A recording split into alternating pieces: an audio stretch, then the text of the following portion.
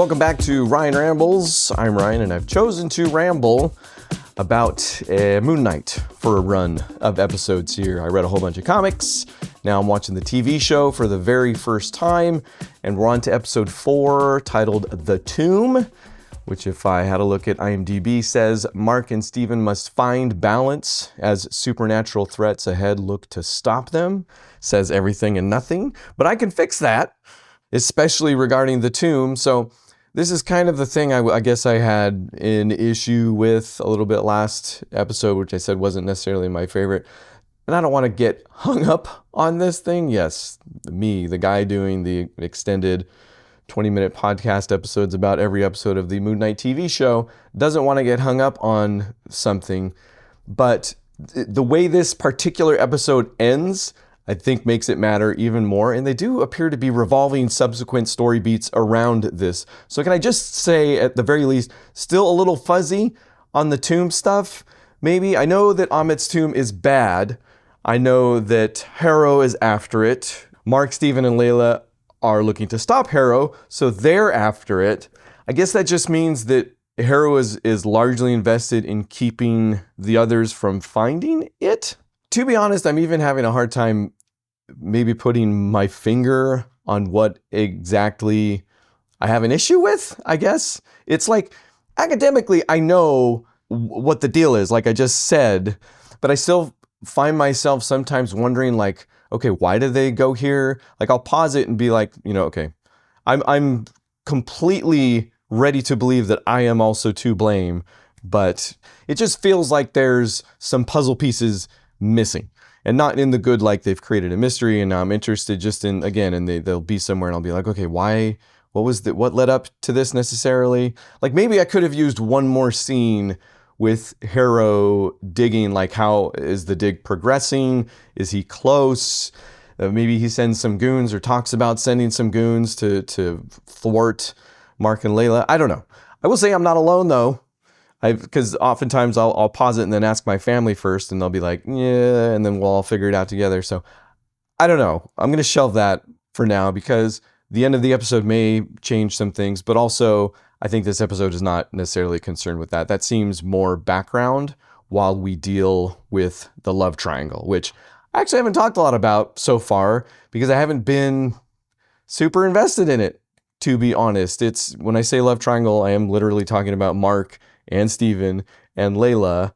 Mark being married to Layla, but honestly, the more I think about it, that seems just like something they did as a shortcut, like they wanted an existing relationship between Mark and Layla, something that they couldn't actually do within the show. So they're just like, oh, they're married, and we'll find that out, and then we must know that obviously there's something going on there. I don't know if that worked. Like, I'm kind of least invested with Mark and Layla than I am with Steven and Layla. But I will say, I buy the triangle. I'm not here the whole time being like, well, Mark and Steven are the same person, so this is stupid. I actually do buy the way they're setting it up and the way it's going about. I find it interesting and novel that, Steven and Layla are kind of falling in love, and they are kind of confused about the whole thing too. So it's good. In fact, I buy the Mark and Steven bit of the love triangle more than I buy the Mark and Layla bit of the love triangle. Like how Mark and Steven are still at odds with each other, still trying to literally navigate their relationship. So, and when Steven does kiss Layla, it ups the stakes a bit. And then Steven drops a bomb that I feel like this episode does it a couple times. It drops like a huge thing that I feel like I should have known already, and it drops it like I should have known about it already. Not like it's a revelation, something that the episode, this is where the commercial break would be or something like that. And it's that apparently Mark has been keeping from Layla that he believes Khonshu wants Layla for his avatar, which is pretty big. Like, I feel like that would be a almost driving plot point or subplot point to some extent. And again, I feel like they've said this numerous times and I'm just hearing it for the first time. I'm not going to go back. I did rewatch this episode again like I rewatched last episode just to be sure.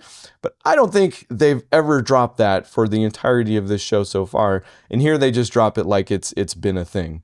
And I don't know, like, obviously, hopefully they pick that back up later. They don't when Steven and Mark are conversing a little bit later, Mark does kind of gives Steven kudos for telling her that. Like, he didn't think he would do that in an interesting way, but there's no progression necessarily. So there's two ways that can go. It's a line that they put in after the fact because later Khonshu is going to inhabit Layla, which I don't think is out of the question at this point. And I'll tell you why when we get to Layla a little bit later. But the second thing this episode drops that I feel like is pretty big, probably should have known about it sooner, and it drops it like I did know about it sooner, is that as they make their way through this tomb, which I guess maybe I haven't even mentioned that Mark and Steven and Layla have all made it to Amit's tomb, I believe, where Harrow is also digging, is definitely also located, and find a sarcophagus that ends up being Alexander the Great's. I'm getting ahead of myself, because before that, they kind of figure out that the last avatar of Amit was a pharaoh, is their revelation, which, yes, they've set up this whole entire world where Egyptian gods are real and each one of them has an avatar. And still somehow this feels like it's out of left field. Like were they looking for the avatar the whole time? So Alexander the Great was Amit's last avatar, I guess is what we're saying here.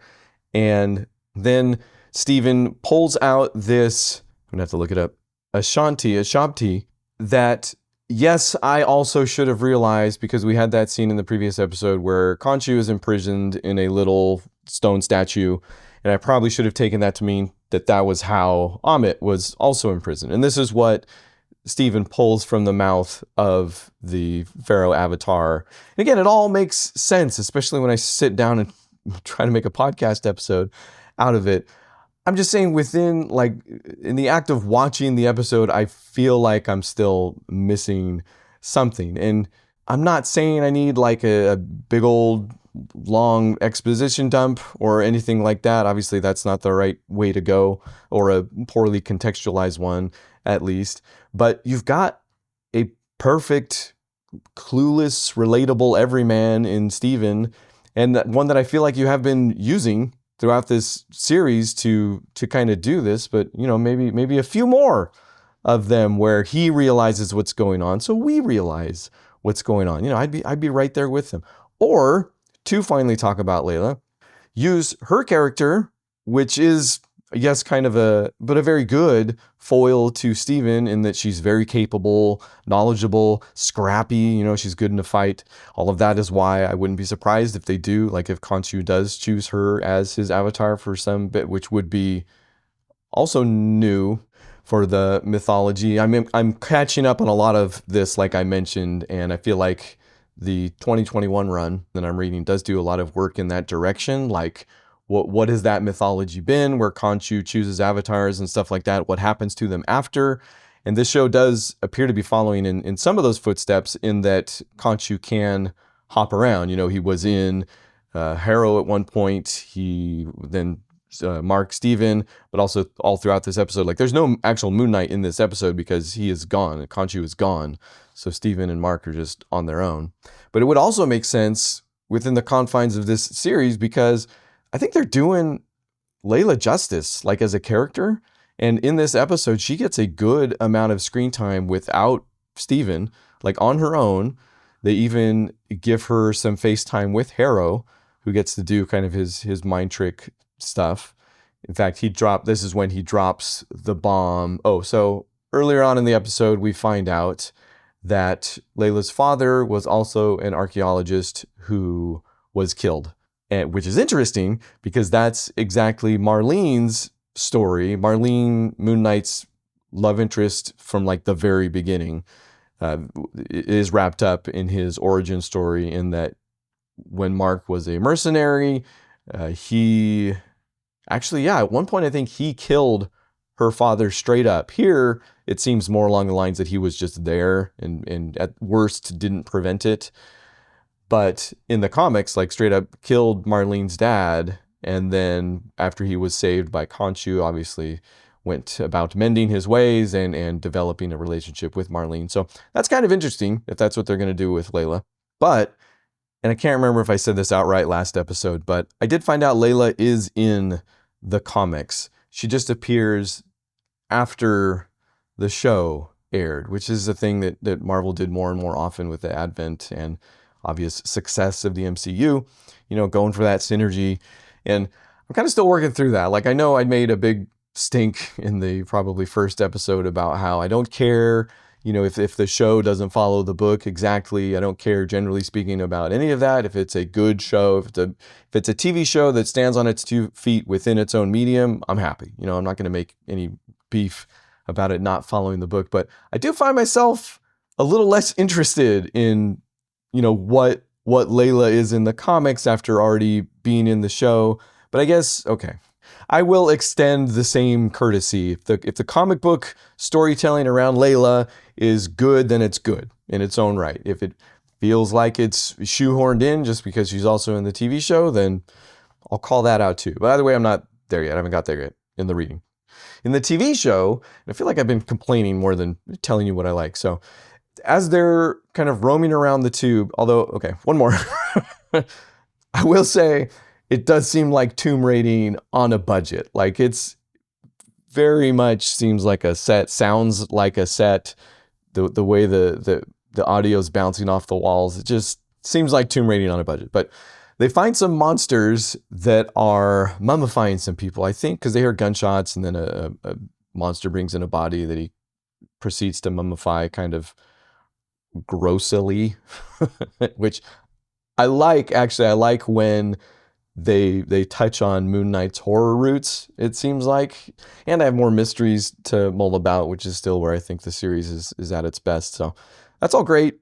Stephen does find Amit's Ushanti in the mouth of Alexander the Great's mummy and then gets shot. And it's fantastic. It's great. I love it because he wakes up in an asylum afterwards. And this was the premise for one of the Moon Knight books that absolutely made my top 10. That episode, none of those go in order. But if they did, this one would have been way up there, like top 3. And it was Jeff Lemire, Greg Smallwood, and Jordi Belair's run from 2016, which I guess is technically version 8. I'm currently reading version 9 to get caught up on some of the Layla stuff. But the 2016 run is outstanding. And I'll leave a time-coded link in the show notes if you want to go back and hear my thoughts from that episode. And it's only 14 issues. Like, it's a pretty easy read.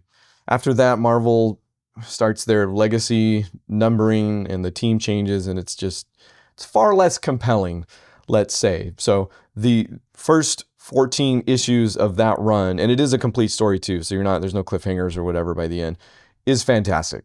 So the more this show wants to do that, I'm obviously all for it.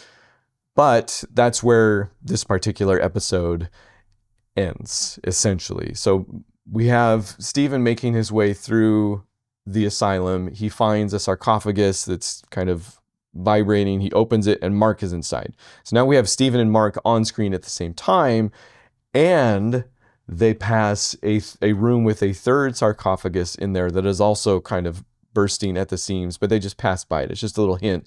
So again, another idea that there is a third altar waiting to be unleashed. And in the comics, the only other third altar is, okay, with the exception of another great Moon Knight run where his altars are Wolverine, Captain America, and Spider-Man. It's a really great run. But otherwise, the only third we ever get has been Jake Lockley. And he's just a New York cabbie. And like an affable, like his deal was always he had the connections with the underground. He would go get intel necessarily while literally driving a cab or hanging out at the diner. So unless they're going to zig instead of zag there, they've built him up like he's a huge monster and then he's just going to pop out with a cigarette and Oscar Isaac doing a strong New York accent. I don't know. They could. It would work. So not that I've been all the way out, but I'm all the way back in, certainly. And it's why, I shelved the discussion about the stuff that's been bugging me about some of the other plot points, but this doesn't fix that necessarily. If in fact, worst case scenario, if they're just doing a sloppy job on that stuff, because it doesn't really matter, we're going to delete all of that in the future, which I don't think they would do that. But if that's been what's happening, obviously that's not great. Like, that doesn't fix anything. That's still bad. Like, go back and watch the first 3 episodes, still have an issue. Or I guess with the 3rd episode is kind of where that started for me. But I'll say, like, it's all there. Again, when I do sit down and try to bang out one of these episodes, like, I feel like I do find the pieces. So there is still a part of me that's like, you know, the struggle against passive viewing is real. Am I making reasonable demands of this show, or am I just way too used to being spoon-fed my stories? You know, I don't know. I promise to figure that out by the end of this series of episodes. That's also, you know what? I keep going back to these guys. I don't know how much of a hand they had in, did they even direct this episode? They did. Okay, they did direct this episode, but that, like, the idea of not being spoon-fed your story is very Benson and Moorhead.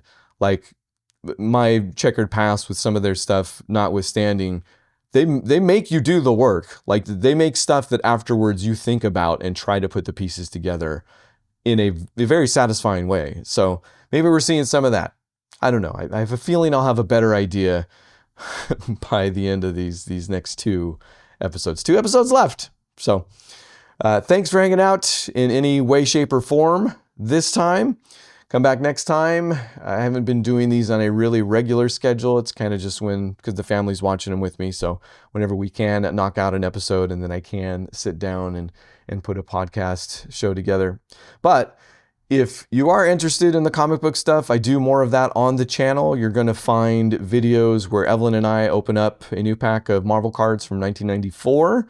New one of those went out this Wednesday and will go out next Wednesday at 8 a.m. and for like the next 15 Wednesdays at 8 a.m. I also have a kind of mid-season check-in video I'm going to do concerning that. I've, long story short, started buying comics again in quite possibly the dumbest way possible. So come back for that one. I'm hoping to actually record it and drop it this week, but failing that, it'll be out soon. And as always, you can find me on Patreon, where you can contribute and help me do this thing, all of these things on the Ryan Runs YouTube channel and podcast feed at patreon.com/Ryan_runs_. Otherwise, there's a PayPal link. It's just more of a tip jar if that's more your speed. Either way, I appreciate it all. Thank you, and I'll see you in the next one.